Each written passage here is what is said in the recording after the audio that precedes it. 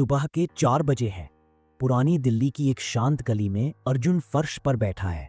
आंखें खुली हैं, लेकिन मन थका हुआ है। कमरे में अंधेरा है, हवा भी धीमी है, और दिल में बस एक सवाल तैर रहा है। क्या हर सुबह सिर्फ उठने के लिए होती है, या कोई फिर से जीने का मौका भी देती है? कई सालों से वह जी रहा था, लेकिन बिना जिए। आज पहली बार इस गहरी नींद से जागते हुए उसे लग रहा है, शायद होश के साथ जीना असली नया जन्म होता है। हेलो फ्रेंड्स, बुक अलाइज में आपका स्वागत है। आज सुनते हैं थिच नाटान द्वारा लिखी किताब द मिरेकल ऑफ माइंडफुलनेस। एक ऐसी कहानी जो आपको खुद से दोबारा जुड़ने का मौका देगी, जैसे एक नया जन्म, और आपके सभी दुखों और तकलीफों को समाप्त कर देगी।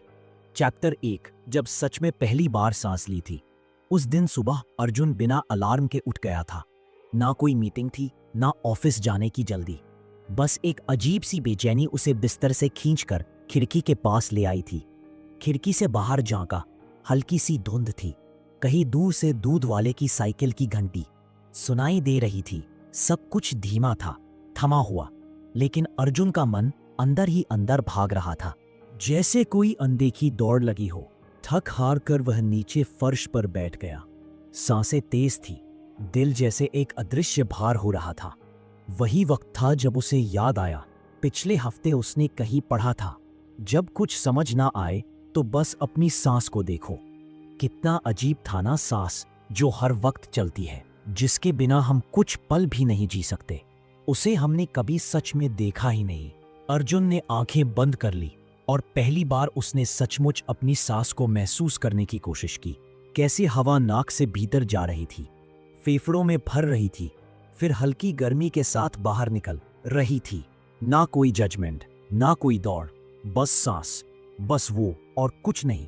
पहले मन इधर उधर भागा, कभी बीती बातों में, कभी आने वाले टेंशन्स में, लेकिन अर्जुन हर बार खुद को पकड़कर वापस सांस पर ले आता। धीरे धीरे जैसे कमरे की हवा भी शांत हो गई थी, जैसे भीतर कोई पुरानी धूल जम गई थी, और अब धीरे धीरे वो हटने लगी थी। कुछ मिनटों बाद अर्जुन की आंखों से आंसू बह निकले। ना दुख के, ना खुशी के, बस एक अजीब से सुकून के आंसू थे।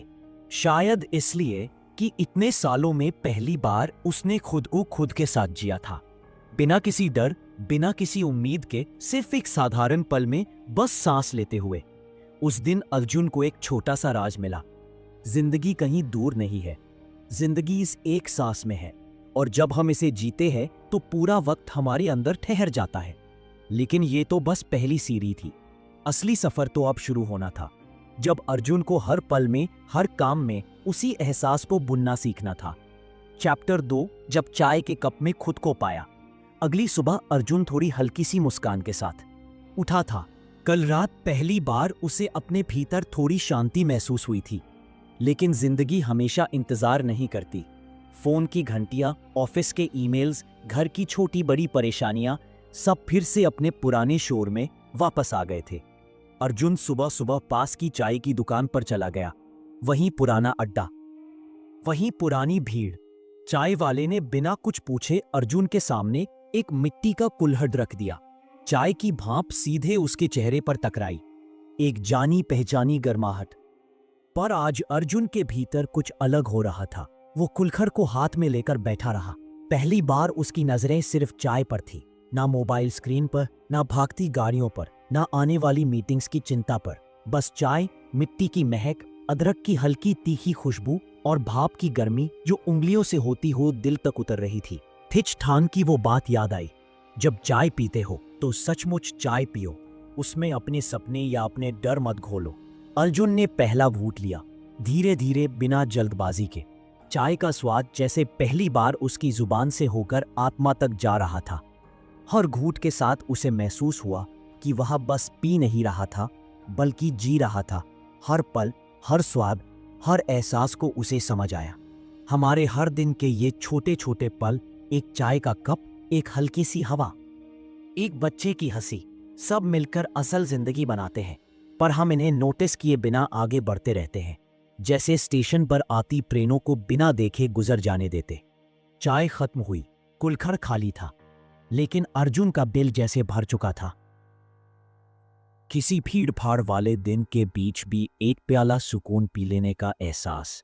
उसने कुल्हड़ को धीरे से जमीन पर रखा, जैसे किसी पुराने दोस्त से विदा ले रहा हो।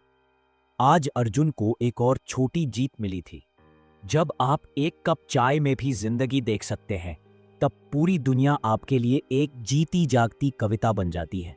लेकिन अर्जुन का असली इम्तिहान अब शुरू होना था, जब उसे भीड़, टेंशन और अकेलेपन के बीच भी अपने भीतर उसी जादू को संभाल कर रखना था।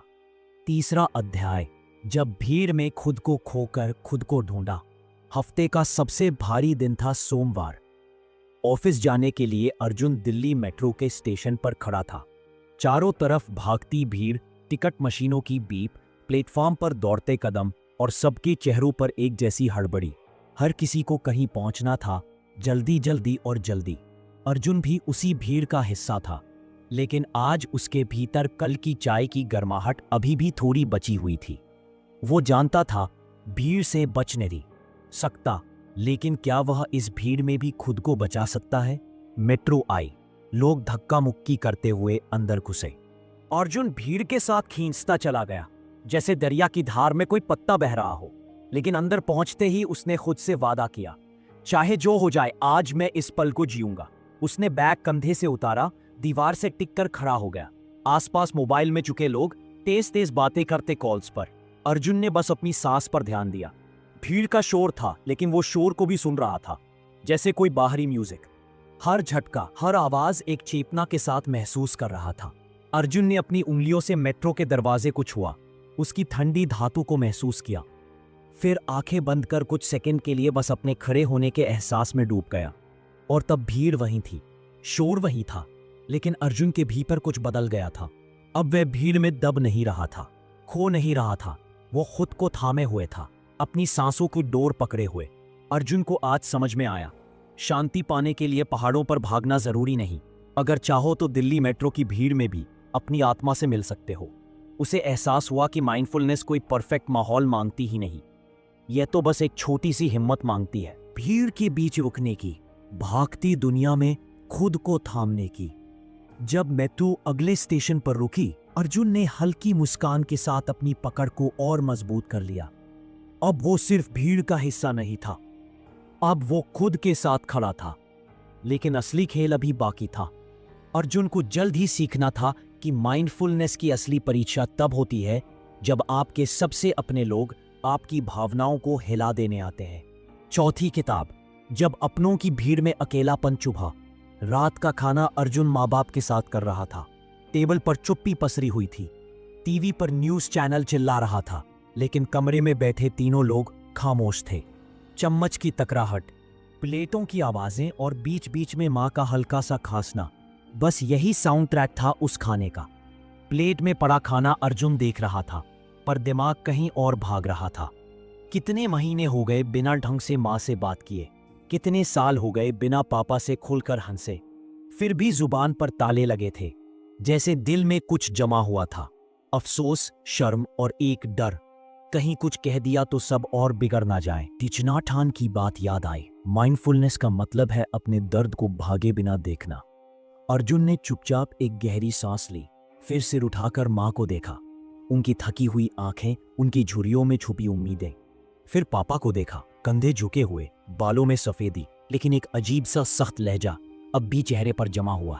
उसने प्लेट साइड में रखी, टीवी की आवाज कम कर दी और पहली बार, बस पहली बार, उसने धीमे से माँ से पूछा, कैसी हो माँ? एक सेकंड के लिए माँ चौंक गई, जैसे बरसों बाद किसी ने उनका हाल पूछा हो।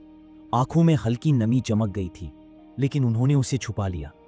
अच्छी हूँ बेटा, तू कैसे है? इतना साधारण सा सवाल था, लेकिन अर्जुन को लगा जैसे सीने का कोई भारी पत्थर हट गया हो। बिना बड़े वाक्यों के, बिना भारी भरकम ड्रामे के, बस एक सवाल ने रिश्ता पिघलाना शुरू कर दिया था। उस रात अर्जुन ने जाना, माइंडफुलनेस सिर्फ अकेले बैठकर सांस देखने का नाम नहीं है। माइंडफुलनेस कभी कभी अपनों को सच में देख पाने का भी नाम है। उनके चेहरे के पीछे छुपी थकावट को देख पाना, उनकी मुस्कान के पीछे छुपी उदासी को महसूस कर पाना। जब हम अपनों को सिर्फ सुनते नहीं, सच में सुनने लगते हैं, तो खामोशियां भी बातें करने लगती हैं। और अर्जुन ने उस रात अपने भीतर एक नई खिड़की खुलती महसूस की थी। एक खिड़की जो रिश्तों में फिर से ताज़ी हवा भरने वाली थी।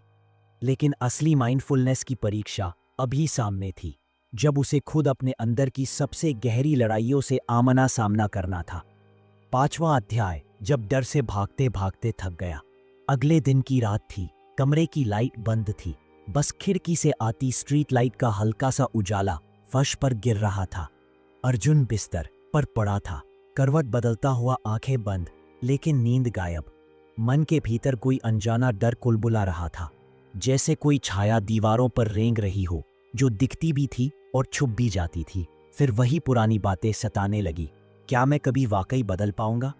क्या मैं अपने सपनों को जी भी पाऊंगा, या बस एक भीड़ में गुम होकर रह जाऊंगा? दिल की धड़कनें तेज हो रही थी, सांसें उखड़ने लगी थी, मन भागना चाहता था। मोबाइल उठाकर कुछ देख लेने का मन कर रहा था, या फिर किसी से बात करके इस बेचैनी को दबा देने का। लेकिन तभी अर्जुन को थिचना ठान कि वो पुरानी सीख याद आई। भागो मत, रुक जाओ, देखो जो महसूस हो रहा है उसे गले लगाओ। अर्जुन ने साहस जुटाया, आंखें बंद की और खुद से कहा, ठीक है, जो भी आएगा आज उसे भागे बिना देखूंगा। मन में डर का एक बड़ा साया उठा। बीते फैसलों का पछतावा, अधूरे सपनों की कसक, अपनों से मिली चोटें, सब सामने आकर बैठ गए, जैसे पुराने भूत जिनसे बरसों से बचता आया था। लेकिन आज अर्जुन ने कुछ नहीं किया, ना लड़ाई ना बहस, बस चुपचाप बैठा रहा। उन सब का सामना करते हुए धीरे धीरे उसने महसूस किया कि यह डर, यह दर्द जैसे बादल हो जो आते हैं, घने होते हैं, लेकिन आखिरकार गुजर जाते हैं। सांसों को पकड़कर उसने खुद को उस तूफान के बीच थामे रखा। एक एक सांस के साथ डर थोड़ा हल्का हुआ। थोड़ी देर में वो एहसास हुआ जो शायद बरसों से दबा था। मैं अपने डर नहीं हूं, मैं वो हूं जो डर को देख सकता है। अर्जुन के गालों पर फिर से गुनगुने आंसू बह निकले, लेकिन इस बार यह आंसू कमजोरी के नहीं थे, यह आजादी के आंसू थे।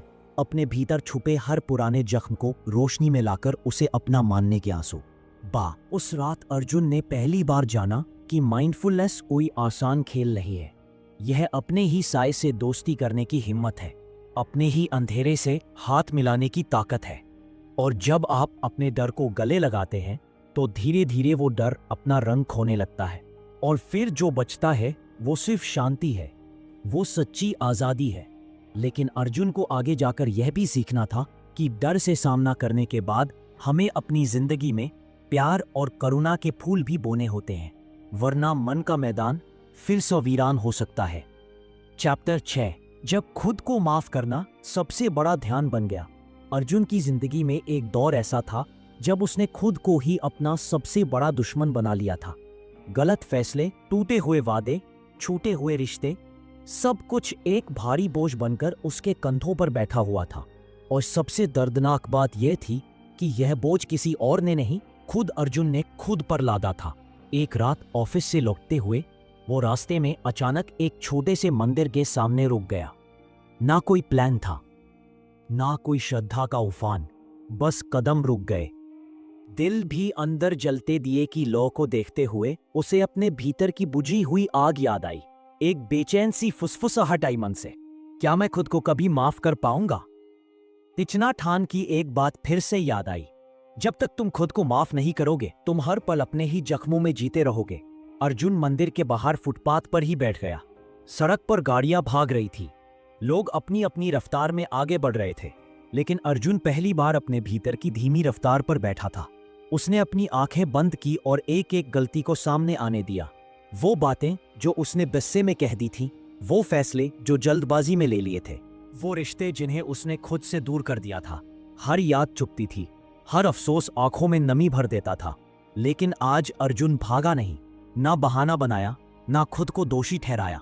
बस हर गलती को देखा, हर चोट को महसूस किया, और फिर धीरे से अपने ही दिल से कहा, मैं इंसान हूं, मैं गलतियां कर सकता हूं, मैं सिर्फ अपनी गलतियों का जोड़ नहीं हूं, मैं कोशिश भी हूं, मैं बदलने की चाह भी हूं। आंसू बहे, लेकिन इस बार वह कमजोरी के नहीं थे, वो एक स्वीकार करने वाले हल्के सुकून भरे आंसू थे।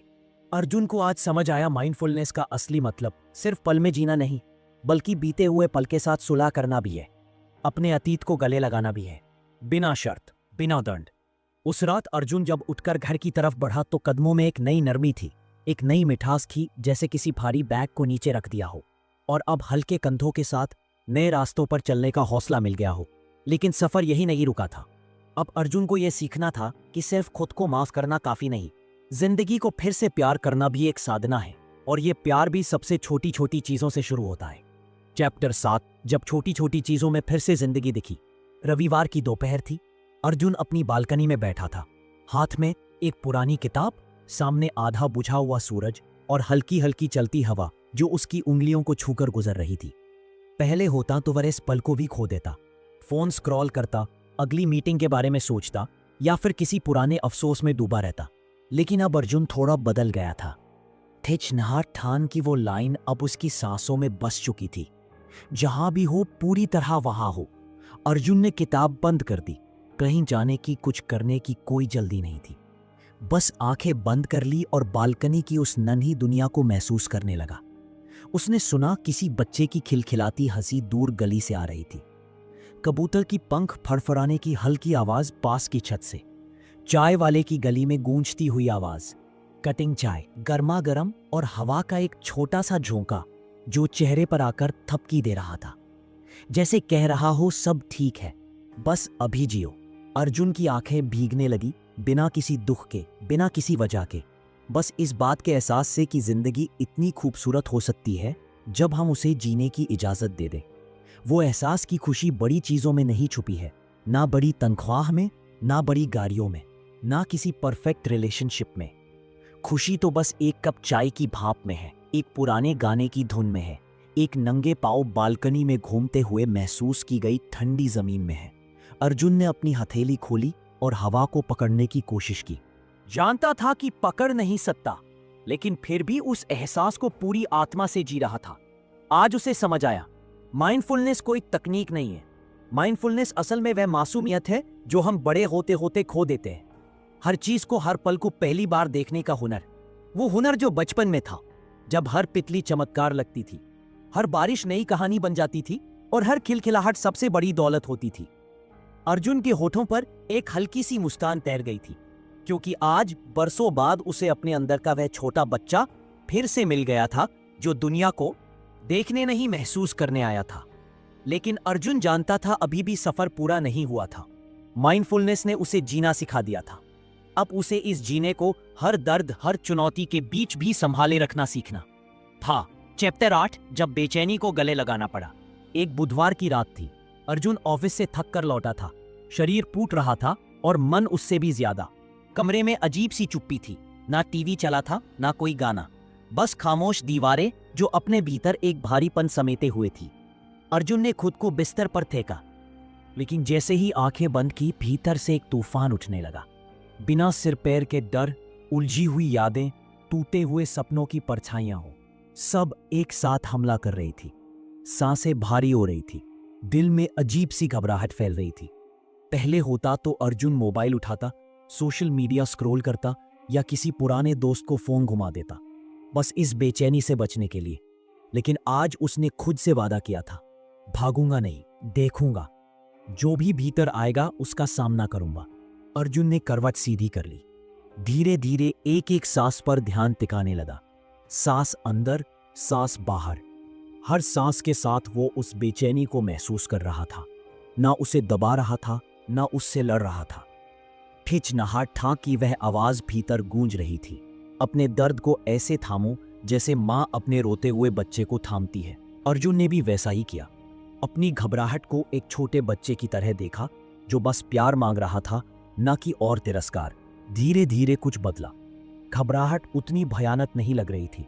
वो जान चुका था यह बेचैनी भी अनित्य है, जैसे बादल आते हैं और चले जाते हैं, वैसे ही डर, घबराहट, अकेलापन भी आते हैं और फिर चले जाते हैं, अगर हम उनके साथ रुकने की हिम्मत कर लें। करीब आधा घंटा बीत गया। जब अर्जुन ने आंखें खोली तो रात वही थी, दीवारें वही थीं, लेकिन मन अब शांत था, जैसे कोई लंबा टूटा हुआ बांध भीतर से जुड़ गया हो। उसे महसूस हुआ, माइंडफुलनेस का असली कमाल यही है, ये तुम्हें दर्द से बचाकर नहीं ले जाता, बल्कि तुम्हें दर्द के बीच खड़े होकर मुस्कुराना सिखाता रहे। आज अर्जुन ने पहली बार अपनी बेचैनी को दुश्मन नहीं, साथी की तरह देखा था। और जब हम अपने डर को दुश्मन मानना छोड़ देते हैं, तो वह डर धीरे धीरे अपना अस्तित्व खोने लगता रहे। पर अर्जुन को अभी और सीखना था। जिंदगी सिर्फ दर्द देखने का नहीं, खुशियों को भी पूरे होश के साथ जीने का नाम है। और वह पाठ अर्जुन को बहुत जल्द अपने अगले कदमों में मिलना था। चैप्टर 9, जब खुद के सबसे पुराने जख्मों से मिलना पड़ा। शाम का वक्त था, कमरे में अंधेरा था, बस खिड़की से आती हल्की रोशनी में सब कुछ धुंधला सा दिख रहा था। अर्जुन अकेले बैठा था, चुप, थका हुआ। पुरानी बातें बिना दस्तक दिए लौट आई थी। वो वादे जो पूरे नहीं हुए, वो रिश्ते जो टूट गए, वो सपने जो रास्ते में छूट गए।